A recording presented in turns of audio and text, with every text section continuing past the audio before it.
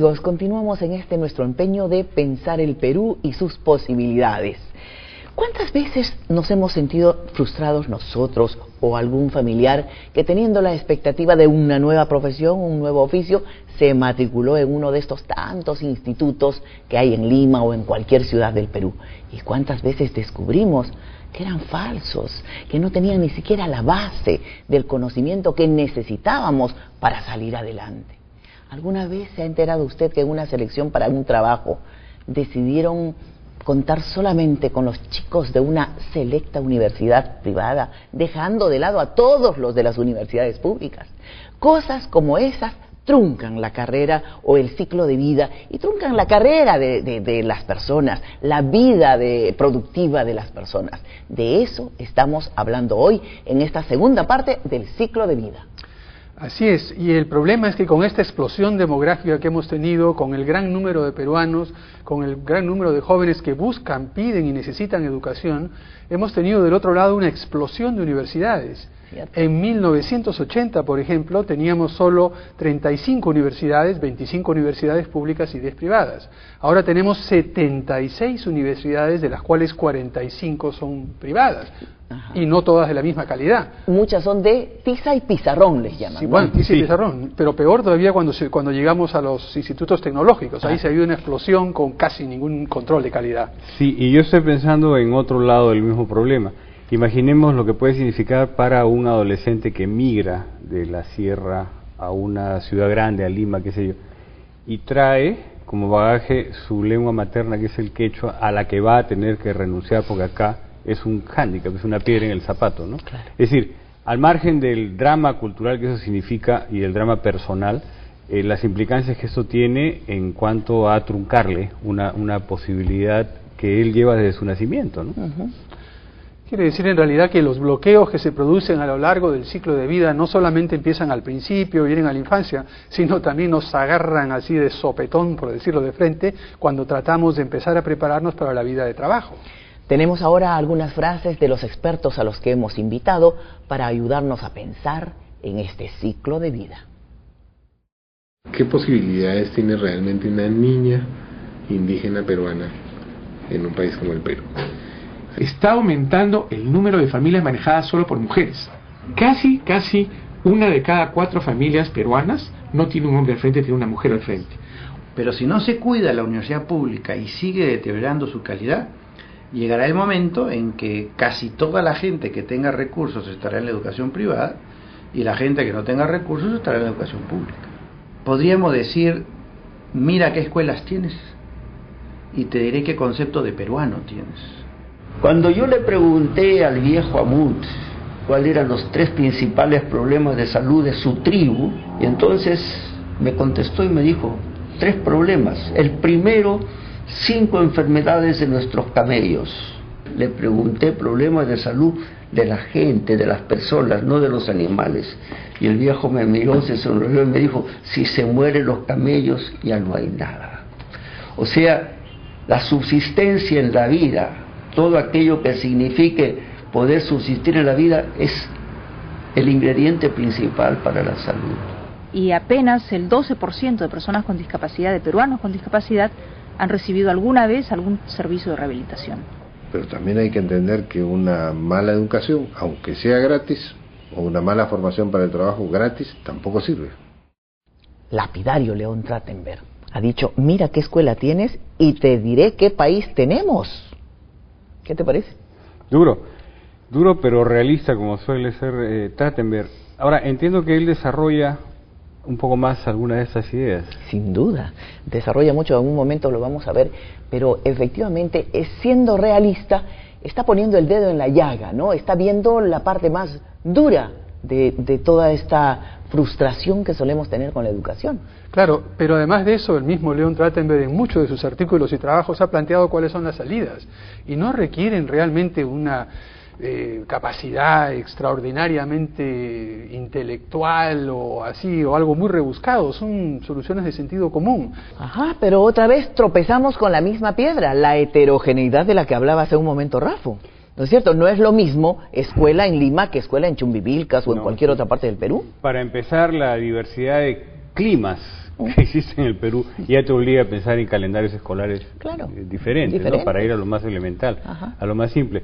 Y luego creo yo que es muy importante el grado de proximidad que tiene un estudiante con la actividad productiva de su medio, ¿no? En algunos casos está al costado, en el caso del campo, pero, en otros es muy distante. ¿No? ¿Y qué educación pedimos, Francisco, que dé el Ministerio de Educación a los peruanos? ¿La que da a los chicos en una escuela de Lima o la que da un maestro en una escuela unidocente en cualquier pueblo del Perú? Bueno, lo importante es esto, ¿no? Pero ahí donde viene el desafío que tenemos como peruanos. Esta gran diversidad no debe ser causa para tener 2 o 3 sistemas tan distintos que no podamos sentirnos partes de un solo país. Lo importante, como decía hace un rato Rafa, es que si alguien viene de la sierra pueda en Lima metropolitana o en alguna de las ciudades del norte o en cualquier parte del país en la cual haya un centro de estudio superior de buena calidad, poder continuar estudiando. Entonces el desafío consiste en cómo articulamos esa heterogeneidad y al mismo tiempo damos ese piso mínimo que nos permita a todos tener acceso al mismo tipo de oportunidades. Y no termina excluido, que ese es otro tema también del que estamos hablando. Vamos a ver cómo desarrolla el tema León Trachtenberg. Que las universidades públicas, que en este momento su población es más o menos 45% alumnos procedentes de la educación privada, 55% de alumnos procedentes de la educación pública, todavía la universidad pública es un mix entre gente con dinero y sin dinero. Si se cuida la calidad de la universidad pública, puede mantenerse todavía como un punto de encuentro entre ricos y pobres, pero que se juntan porque tienen un interés común profesional, vocacional. Pero si no se cuida la universidad pública y sigue deteriorando su calidad, llegará el momento en que casi toda la gente que tenga recursos estará en la educación privada y la gente que no tenga recursos estará en la educación pública. El proyecto de vida tiene que ver con cultivar su autoestima, con darles una formación básica que les permita avanzar en la vida, con sentirse útiles, sentirse queridos, apreciados, sentir que son capaces. Eso se les puede dar en la educación pública. Y hay un montón de experiencias innovadoras en la escuela pública que con un pequeño empujón podrían dar excelentes resultados. Parte del rol del Estado es identificarlas y divulgarlas, para que primero la gente que va a la educación pública se dé cuenta de que también en la educación pública pueden haber buenos resultados, y segundo, para que unos aprendan de otros. Educación tiene que ver con desarrollo y educación tiene que ver con autoestima nacional. Podríamos decir, mira qué escuelas tienes y te diré qué concepto de peruano tienes. Y bueno, acaba de alertarnos qué va a pasar con la educación nacional si toda la gente que tiene dinero va a la educación privada y se forma relativamente bien, y toda la gente que no tiene dinero, no tiene recursos, va a la educación pública y recibe una formación mediocre, que por supuesto luego colisiona con el proyecto de vida. Claro, pero recordemos, no todas las universidades privadas son excelentes. Hay de todo un poco allí. Esa heterogeneidad que caracteriza al Perú es también parte de la educación privada. Hay unas muy muy buenas y otras que básicamente son simple y llanamente una fábrica de títulos.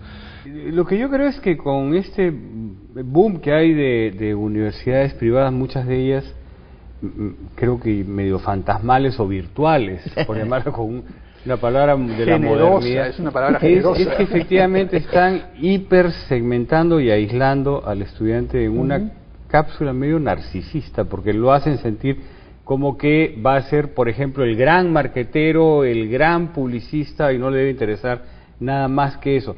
No sé si suene un poco anacrónico lo que voy a decir, pero yo sí creo que deberíamos pensar en el papel que cumplió, por ejemplo, la Universidad de San Marcos a lo largo de tantísimos años como un espacio de humanista, ¿ya?, pero también de congregación de diferentes sectores sociales. Y no solamente la de San Marcos, la UNI también, por ejemplo. La UNI, la agraria, sin duda, ¿no? De hecho, bueno, lo sigue siendo. Y antes la agraria, de las universidades, el Colegio Guadalupe, ¿no?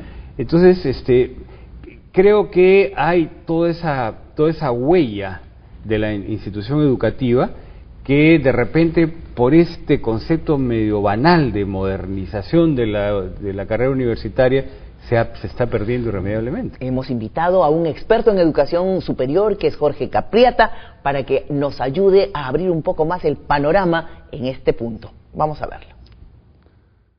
Y algo que no podemos perder de vista y que algunas veces los jóvenes no toman en consideración en forma explícita, que es el costo de oportunidad. Conviene tener presente que si estamos estudiando, formándonos en algo, estamos dejando de trabajar, estamos dejando de percibir un ingreso. Ese es el concepto de costo, digamos. ¿Y por qué es importante? Porque aquí se junta con el criterio de calidad.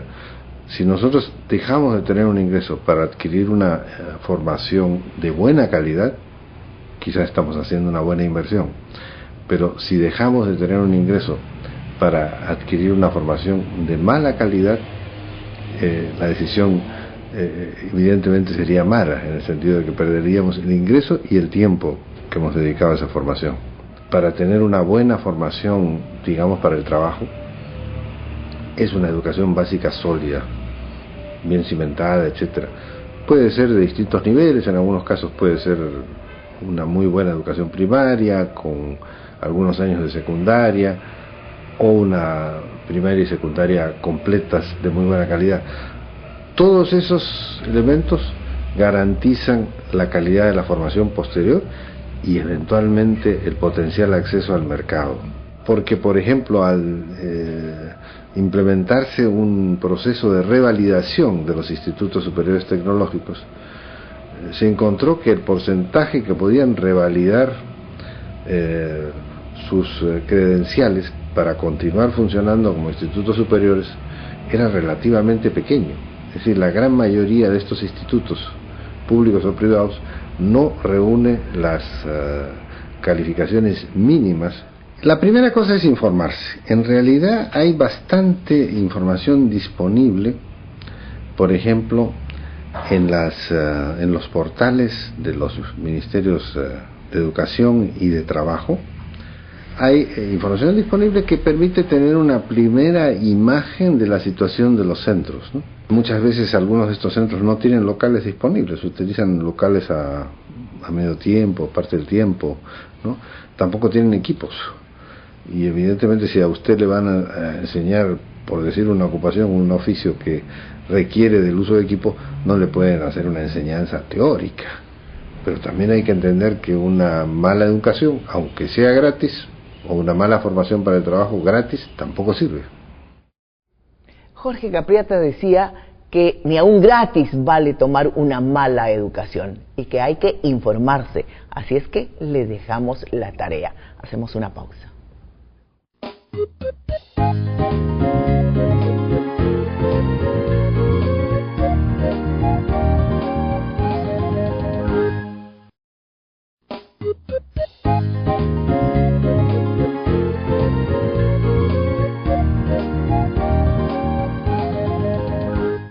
Y bueno, los chicos mismos están encontrando las salidas a estas trabas que hay en la educación. Nuevas carreras, nuevas posibilidades. En un mundo exigente, en un mundo cambiante, ¿qué es lo que tenemos hoy día? Por ejemplo, magníficos, extraordinarios chefs en el Perú y chicas en carreras que antes se denominaban de hombres. Sí. De repente lo que hemos escuchado en el segmento anterior... O sea, los chicos a la cocina y las chicas a la calle. De repente algo de lo que hemos escuchado en el segmento anterior pueda sonar un poco contundentemente depresivo, pero me parece bien interesante lo que vamos a ver ahora. Prueba que esto está cambiando, en primer lugar. Y segundo, que ya no todo el mundo quiere entrar a la universidad con la perspectiva de salir formando parte de una planilla, ¿no? De ser empleado de alguien, sino creo que empieza a dominar la idea de ser el gestor de tu propio trabajo, de tu propia empresa. Eso es tan importante en un país donde buscar trabajo y encontrarlo es casi sacarse la lotería. Mejor es inventárselo. Claro, así es, bueno, el 70% de los peruanos en edad de trabajar se crea su propio puesto de trabajo. Claro. Y una de las cosas que están enseñando las diferentes universidades, sobre todo las que tienen carreras técnicas, es a ser empresario. O sea que la Universidad Nacional de Ingeniería, por ejemplo, ahora tiene toda una serie de cursos dedicados a formar a ingenieros, ya no como empleados de una gran corporación, sino como empresarios de su propia empresa de servicio de ingeniería, claro. Y hay una mirada especial hacia carreras especiales para un país como en el Perú, con enorme patrimonio arqueológico. Vamos a ver a una chica arqueóloga feliz de su carrera. Tiene que ver mucho con la vocación de la persona, ¿no? Tú caminas por el Perú y encuentras ruinas a cada instante, vas a la sierra, a la selva, ¿no? Entonces, uno si tiene la vocación, simplemente ya estudia porque realmente le gusta y tiene el interés de trabajar por el país, ¿no? Finalmente la arqueología es eso. A veces uno como estudiante a veces le ha tocado experimentar comentarios, pero muchas vas a estudiar arqueología y no, ¿y qué te dicen tus papás, no?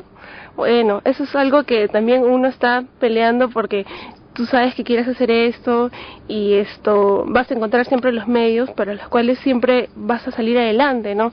Te vas a insertar en proyectos, sean cortos o pequeños, y a la larga vas a conseguir cosas, vas a tal vez publicar tú misma, hacer tu propio proyecto, buscar tus financiamientos. Eso ya depende de cada uno. Así como mucha gente ingresa, la mitad puede irse a la mitad del camino y son muy pocos los que quedan, ¿no? Los que realmente sienten que saben a lo que se van a dedicar a toda su vida. La mayoría de mis compañeros eran mujeres. Es más, algunos profesores como que evaluaban por qué cada vez eran más las mujeres que entraban, y él asociaba como que la arqueología, así como las artes, era como que una carrera romántica. Entonces eso era la explicación que mi profesor tenía, ¿no? Y otro profesor pensaba de que de repente antes eran más chicos porque, no sé, de repente se alucinaban Indiana Jones y querían ejercer ese rol aquí en el Perú, cosas sobre el estilo, ¿no? Pero no, nada que ver. Bueno, nuestra labor finalmente es difundir la cultura, ¿no? Estudiar los sitios que hay en el país, preservarlos, difundir proyectos, enmarcar a la comunidad, porque a veces hay algunas quejas con que los arqueólogos hacen arqueología solo para ellos, y no hay ese contacto que debería tener el arqueólogo con la comunidad. ¿Qué te pareció, Rafa, esa arqueóloga segura de hacer sus propios proyectos? Yo te diría segura. La chica parece tan satisfecha en sus zapatos, en su elección, en el centro arqueológico en el que está, creo que es Pachacamac, ¿no? Ese espíritu yo creo que es parte del mismo fenómeno. No es solamente que está contenta por estar en una universidad, sino que está contenta de saber que va a hacer su propio proyecto. Y eso es cambiar un poco la mentalidad, o mucho, quizás esté ahí la diferencia, no salir a buscar trabajo, generárselo. De eso se trata, creo yo. En el mundo actual no nos queda otra, la mayoría, no solamente de jóvenes, sino también de adultos. Todos tenemos que buscar trabajo. Lo importante es que la arqueología realmente en el Perú ha cambiado mucho. Yo he tenido como personas trabajando conmigo arqueólogos, a pesar de que mi tema es ciencias sociales, y son bastante buenos. Ajá, como bastante buenos son los chefs en nuestro país, con una diversidad maravillosa de alimentos, con una cocina espectacular. No nos habíamos dejado notar en el mundo, donde se ha puesto de moda la comida china, que la comida mexicana, en fin, creo que es tiempo de la comida peruana. Vamos a ver primero a nuestro chef y luego lo comentamos. ¿Cómo ves tú este proceso de crear nuevos espacios para la juventud en el campo de la cocina en nuestro país? Bueno, yo creo que esa es una tarea indispensable, impostergable, que tendría que estar en primer lugar encarado por el Estado.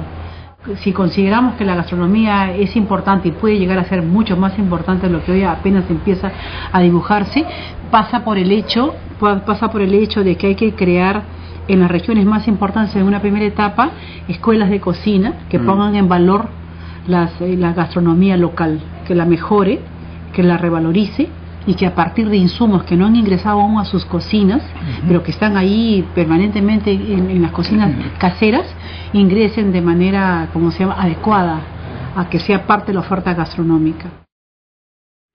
Flavio, tú eres hijo de médico con antropóloga, investigadora, cocinera. Así es. ¿Por qué no elegiste la medicina y sino este otro camino? Como muchas cosas a veces en la vida, ¿no? Esa pequeña motivación de un momento a otro cobró mucha fuerza y me decidí por la cocina, ¿no? Por la hotelería, bueno, por la cocina, decía la cocina, la hotelería, porque en ese tiempo no se conocía mucho la carrera como tal, aquí en el Perú al menos, y entonces dije hotelería. No pensemos que el cocinero acaba sus 2 años, sus 3 años de estudios y listo, y a la cocina y se acabó. O sea, yo siempre le digo a mis alumnos, tienen que hacer un reconocimiento de los estilos culinarios que hay, tienen que hacer reconocimiento de los insumos que tienen a la mano, tienen que fijarse tienen que fijar una personalidad para su cocina, un estilo propio. ¿Cuántas horas al día trabajas? Bueno, cuando llevas una cocina, o eres dueño de tu propio negocio, o eres cabeza de una empresa grande, gastronómica, no trabajas menos de 12 horas diarias, por lo menos, ¿no? El cocinero peruano, yo creo, bien formado y en compromiso con su profesión, y tomando en cuenta de que tiene una riqueza culinaria, una riqueza de insumos, de estas herramientas que lo llamo en algún momento, tiene muchísima proyección. Va a enriquecer todo esto, va a ser la investigación que como cocinero nunca la debemos abandonar. Hermosa experiencia, pero 12 horas de trabajo con gusto y por su propia empresa. ¿Eso es lo que dijo Flavio? Eso es lo que dijo Flavio. Y mientras él hablaba yo pensaba en una cosa. Si cocinaba rico. en la clausura de la última maestría de economía de la prestigiosísima Universidad del Pacífico, el discurso de cierre no lo dio un filósofo, no lo dio un estadista ni un economista, lo dio un chef, Gastón Acurio. Y es un discurso que creo que es un aporte importantísimo para una visión. Y va más allá de la cocina también, ¿no? No, evidentemente, pero lo que voy es cómo una persona salida de estas canteras nuevas, de las profesiones nuevas de las que estamos hablando, realmente está en capacidad de generar los elementos de una visión, ¿no? Una visión para un Perú diverso e importantísimo, insertado en el mundo. Y es interesante porque hay varias cosas que surgen de esta reflexión y de este caso de Flavio Solórzano. Entre el 94 y el 2004 aproximadamente se fueron 1.400.000 peruanos, la gran mayoría de ellos muy bien formados, técnicos, médicos, ingenieros, especialistas. Un dato curioso, en el Perú hay profesionales trabajando como investigadores en Estados Unidos, muchísimos. Hay más peruanos que son investigadores en ciencia y tecnologías en Estados Unidos que los que tenemos en nuestro propio país. Deberíamos tomarnos más en serio, como decía Isabel Álvarez, el tema de la formación para cocina. Eso me queda como una cuestión a indagar también, ¿no? Más escuelas bien formadas, que salgan chicos que realmente van a poder vivir de su profesión y poner hermosos y muy ricos restaurantes. Y a partir de eso exportar y proyectarnos al exterior también. Así es, nos vamos a la pausa.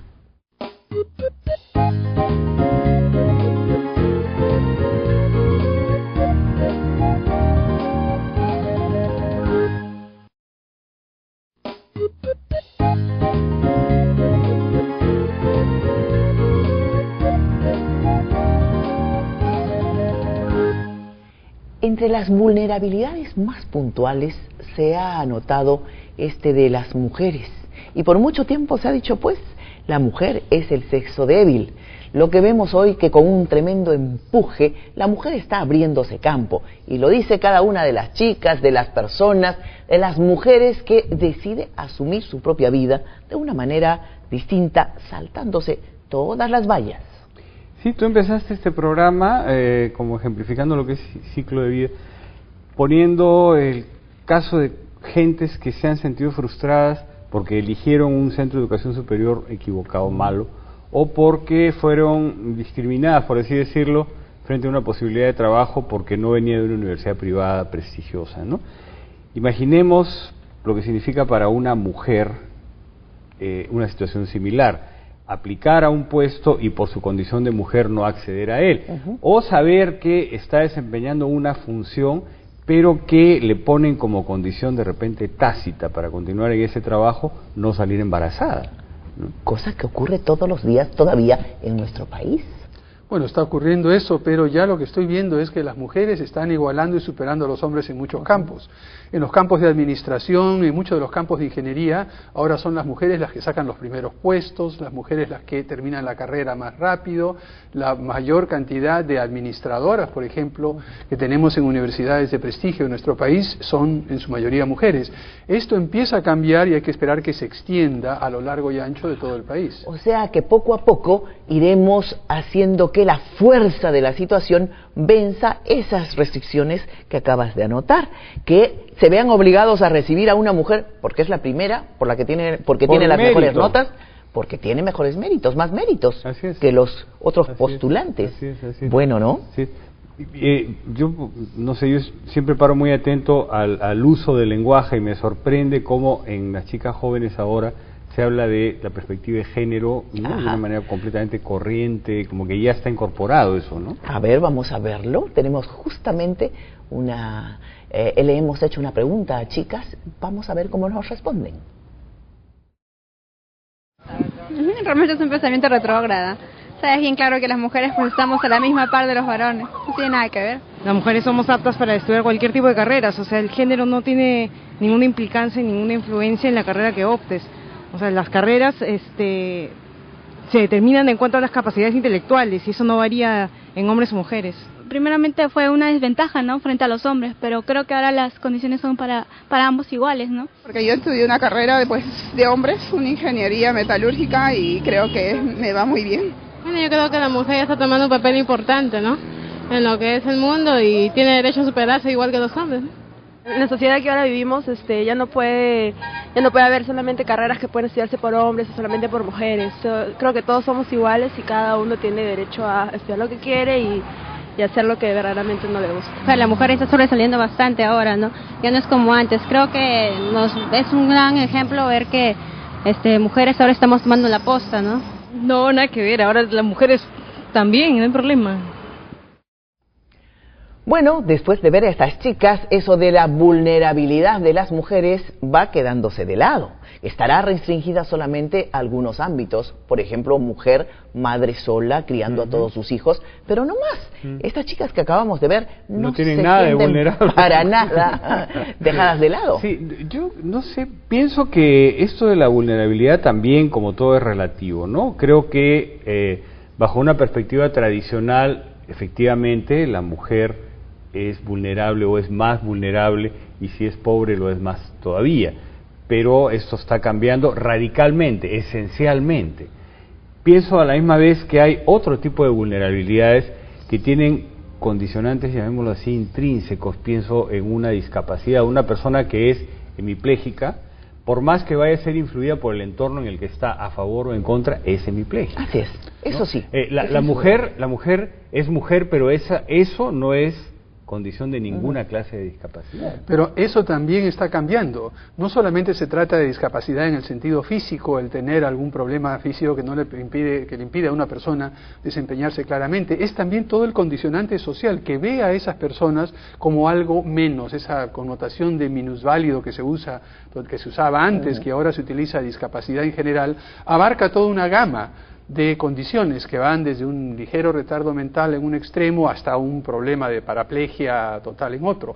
Claro que son más vulnerables, pero es también un condicionamiento social y hay situaciones y condiciones en las cuales la sociedad organizada, padres, familias, todo, hacen que esa condición de discapacidad prácticamente se vea superada hasta donde es posible y encontrarse con la barrera puramente física. Hasta donde es posible, porque efectivamente una vulnerabilidad producto de una discapacidad o una enfermedad discapacitante no solamente trunca o hace más difícil el ciclo de vida de la persona que la padece, sino de toda la familia, de todo su entorno. Sí, así es. Vamos a verlo. Vamos a verlo. Hemos invitado también a Liliana Peña Herrera para hablar precisamente de esta vulnerabilidad. En realidad una persona con discapacidad es el término políticamente correcto de referirse, porque siempre enfatizamos que es la persona primero y no la condición que pudiera tener física o sensorial o mental. Y pues no la pasa muy bien y además está bien segmentado. Las personas que viven en ciudades y que viven en la costa la pasan bastante mejor que aquellas que viven en la sierra o en la selva. Y apenas el 12% de personas con discapacidad, de peruanos con discapacidad, han recibido alguna vez algún servicio de rehabilitación. Idealmente debería poder acceder a la educación, poder ir a la escuela de la esquina de su casa. Idealmente debería recibir el tipo de servicio de salud que requiere, si requiere usar silla de ruedas, si requiere una prótesis, si requiere un lente, si requiere alguna operación, si requiere medicina, si es que tiene algún problema de salud mental, debería poderlo recibir al costo que su condición le permita afrontarlo, ¿no? La verdad es que los servicios no están al alcance. Entonces, ¿cómo debiera ser idealmente poder acceder a servicios de educación, de salud, poderse mover en transporte público? Me acuerdo, había una señora que llevaba a su hijo, que tendría unos 18 años y era un altote, grandote, fornido, la señora era bajita, chiquita, ¿no? Y para llevarlo al colegio, la señora vivía en Huarochirí. Se levantaba a las 4 de la mañana, cargaba a su hijo, y para poder caminar con él, lo que hacía era lo amarraba por la cintura delante de ella y los pies del muchacho en los pies de ella, y así caminaba, ¿no? Y así lo traía al colegio que quedaba en San Miguel. Y para poder traerlo, tenía que haber dejado atendidos a los otros hijos, ¿no? Esa es la realidad. Entonces, construir un proyecto de vida es casi a pulso. Cifras brutales las que hemos escuchado. 70% de personas con discapacidad no trabajan. Si el Estado no se ocupa de ellos, ¿quién lo hace? ¿Quién los cuida? Solo la familia, si tiene plata. Porque si no tiene ningún acceso a nada. Si tiene plata y si tiene espíritu para hacerlo, ¿no? Porque... Como esa mamá que lleva a su hijo. Exactamente, esa no tiene plata, pero tiene todo el espíritu para hacerlo. No, ciertamente hay casos realmente muy, muy difíciles, muy complicados, y realmente es emocionante. Tú mencionaste que es el Estado. Bueno, no es solo el Estado, hay una serie de grupos, asociaciones civiles, de grupos de voluntarios que trabajan admirablemente ayudando, pero es una cosa en pequeña escala. Hace muy poco. A eso voy, pero ya hay una buena base, y incluso si el Estado pudiera hacer más, el Estado no sería la respuesta. Tendrías que tener a la familia en primer lugar, tendrías que tener a la sociedad organizada y el Estado apoyando. Pero estas, no, al igual que el resto de cosas de la vida, ciclo de vida y desarrollo social, el Estado no lo puede hacer absolutamente todo. Yo discrepo en algo contigo, Francisco, porque el Estado sí tiene que puntualmente trabajar en estos casos cuando no hay salida. ¿Qué pasa con un chico discapacitado, profundamente discapacitado, y una mamá sola? ¿Ahí quién la ayuda? Por mucho que quiera la madre, no puede hacer más. El Estado tiene que intervenir, y entre nosotros hace muy poco. De acuerdo, pero volvamos al tema central. Hay una serie de opciones sumamente difíciles para el Estado, no alcanzan los recursos, y veremos más adelante en otros programas de que necesitamos aumentar la recaudación, necesitamos un Estado que pueda cobrar mejores impuestos, hacer muchas cosas más. Y entre las múltiples cosas que hemos dicho, tiene que preocuparse de la salud, tiene que preocuparse de la niñez, tiene que preocuparse de los discapacitados, tiene que preocuparse de la educación. Lo duro, Zenaida, es que al fin y al cabo quien dirige el gobierno, quien dirige destinos, es un político que tiene que tomar decisiones duras. Y es allí donde la sociedad civil, donde las personas organizadas y el trabajo voluntario, como hemos visto y vamos a ver en otros casos, permite suplir aquello que el Estado no puede hacer. Mira, Liliana decía, construir un proyecto de vida en estas condiciones es casi a pulso. Complicadísimo. Sí.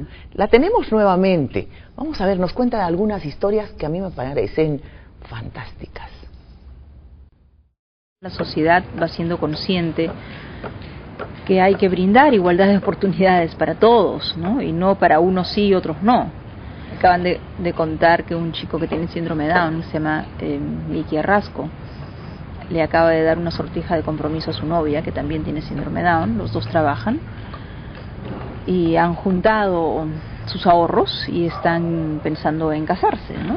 O el caso de una persona en Trujillo, ¿no? Michael Urtecho, que tiene distrofia muscular y sin embargo ha logrado no solamente hacer su propio proyecto de vida, sino para otras personas con discapacidad también, ¿no?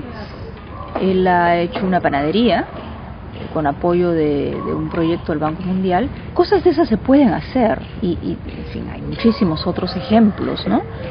Creo que hemos logrado que la sociedad en su conjunto se dé cuenta que existe una población que puede ser diferente, pero que tiene los mismos derechos. Y yo creo que el reconocer que las personas pueden ser diferentes, pero son básicamente personas, seres humanos, creo que ayudaría muchísimo, ¿no? Además, a tomar en cuenta que adquirir una discapacidad o nacer con una discapacidad puede pasar a cualquiera. Cualquiera puede tener un hijo que nace distinto. Para pensar, cualquiera en cualquier momento puede sufrir una discapacidad. Sí, ahora en el testimonio de Eliana hay una cuestión que creo que es bien interesante, que es que este asunto de las personas con discapacidad ya adquirió visibilidad. No, el mundo moderno nos trae muchas dificultades ciertamente, pero creo yo una gran ventaja. Ya no hay tabú, la información circula, por tanto toda persona tiene derecho a decir yo estoy acá y yo soy como soy. Personas con discapacidad, desde luego mujeres, personas que tienen una elección sexual distinta, pero también esa misma visibilidad es la que nos permite vigilar mejor los casos de corrupción, estar detrás de los casos de violencia intrafamiliar. Creo que todo eso, a pesar de lo complicado de una discapacidad, todo eso también es un avance, ¿no? Claro, forzando por un Estado inclusivo. Así es. Claro, y yo creo que lo importante es reconocer que todos tienen los mismos derechos. Y me ha tocado, por razones personales, estar muy cerca de dos casos de discapacidad. Uno de ellos con un joven con síndrome de Down y otro joven mucho menor que tiene distrofia muscular. La clave que he podido ver alrededor en este entorno familiar es considerarlos como unos más, incluirlos, no se les excluye de nada, forman parte de la misma familia, la misma discusión. Claro que hay que quizá cargar al joven, llevar de un lado para otro, pero no se siente que se le deja, no se siente que no es parte de la familia, no se siente de lado. Yo creo que ese esfuerzo por incluir, por hacer parte de la familia y no dejar fuera a las personas con discapacidad es la clave emocional del tema. Hacemos una pausa, volvemos con la parte final.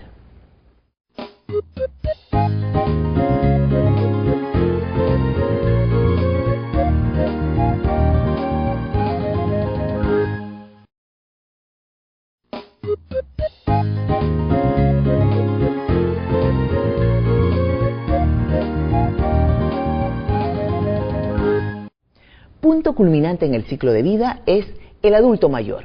¿Qué significa ser viejo en el Perú? El Estado, las instituciones, las personas, ¿nos ocupamos de nuestros viejos? ¿Los atendemos? ¿O al revés? ¿Los olvidamos? ¿Los arrinconamos? ¿Hacemos que esperen simplemente la hora final?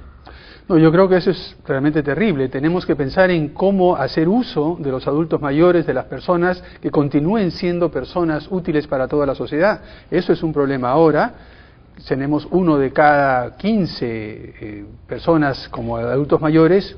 Mañana será 1 de cada 10, 1 de cada 8. Sí, pero ese mañana puede ser más grave incluso, porque habrá que ver qué condiciones tienen los hijos adultos de esos adultos mayores para acogerlos en sus casas, como todavía se da ahora, ¿no? Así es, porque llegará un momento en que esos señores no tengan ni derecho a una magra pensión o al seguro social, que atiende mal, pero atiende. Vamos a ver qué nos dice sobre el tema el doctor David Tejada. Perú es un país de grandes desigualdades y de grandes injusticias, de discriminaciones y de marginaciones. Uno de los grupos marginados y discriminados son precisamente los adultos mayores. De tal manera que los adultos mayores están más susceptibles a vivir en pobreza, en miseria, y sobre todo no son utilizados como deberían ser utilizados en favor de la sociedad. No hay que tomar al adulto mayor como un inválido. Hay que tomar el adulto mayor como un recurso muy importante que está siendo desperdiciado, un recurso con conocimientos, con vivencias, con sabiduría, con experiencia, de tal manera que hay que considerarlo un recurso para los demás y no simplemente una persona en el lado de recibir una serie de beneficios. De tal manera que lo ideal sería que todas las personas de la tercera edad se les diera la oportunidad de seguirse desarrollando, de seguirse aprendiendo, transmitiendo enseñanzas y sobre todo sintiéndose útiles. Eso es salud. que los adultos mayores sean útiles, que no se les vea solamente como personas que reciben, sino que dan experiencia, su conocimiento.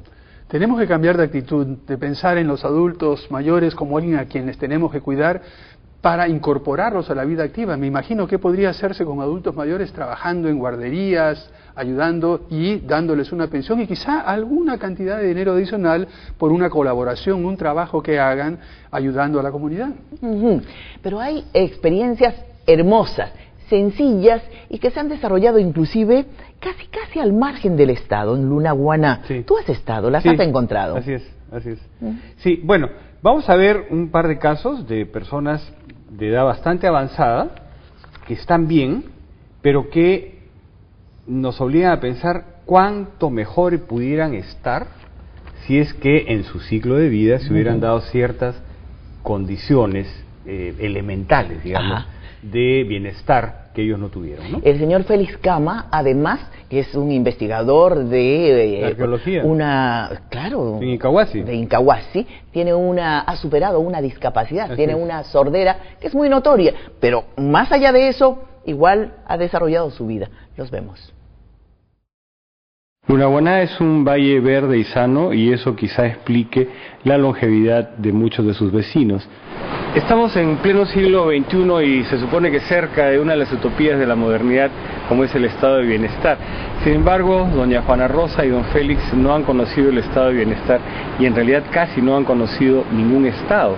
Imaginemos lo que hubieran sido sus vidas de haber tenido ellos acceso a la educación completa, a la salud o a una jubilación justa. Desde los 11 años tuve curiosidad por Incahuasi. Cuando falleció mi mamá, mi papá me botó a trabajar ahí en la hacienda de Lúcumo.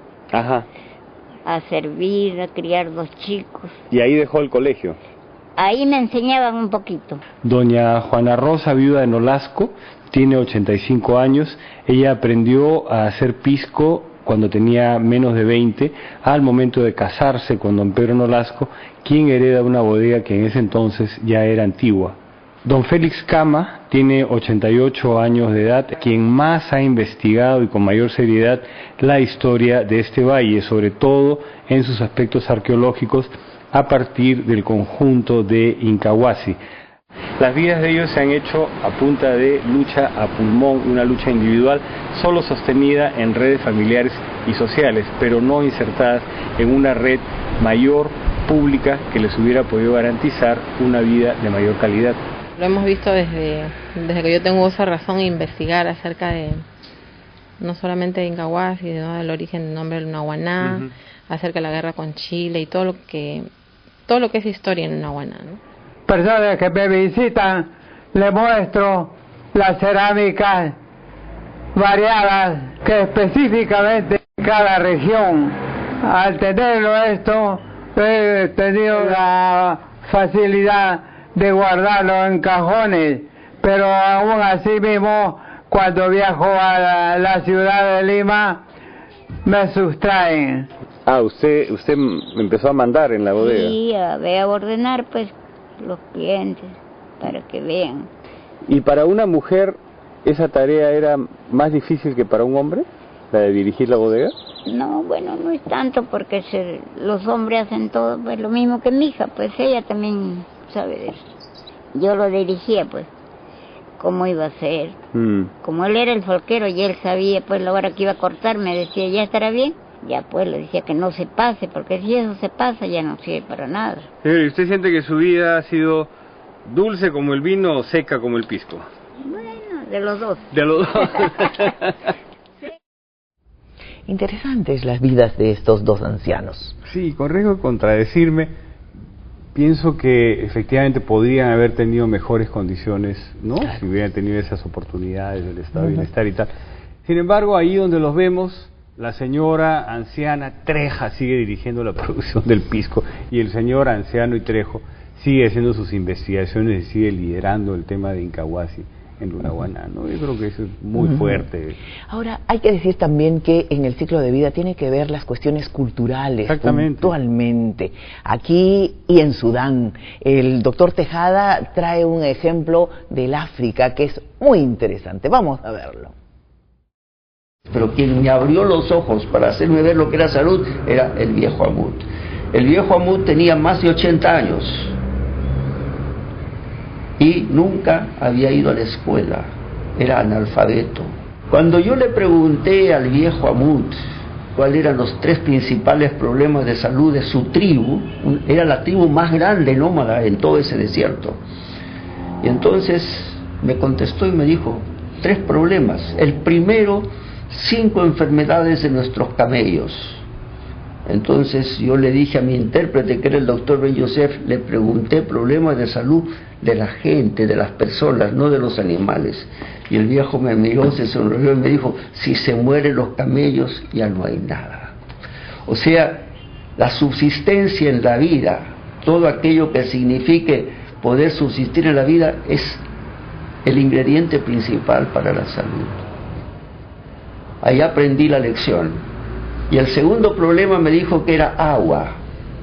Y me enseñó una cosa muy importante, porque me dijo, pero que me resuelvan el problema de agua para tomar, porque del Ministerio de Salud de Jartum, que es la capital de Sudán, me mandan ingenieros con una serie de equipos y una serie de cosas, después me mandan una serie de documentos, y hasta ahora, y mandó a su ayudante a su tienda, como nómada viven en unas tiendas, entonces me trajo los papeles, envolvió los papeles y dijo, ve doctor, nunca salió agua, y lo que nosotros solicitamos era simplemente agua. Efectivamente, el agua es más importante que cualquier atención médica.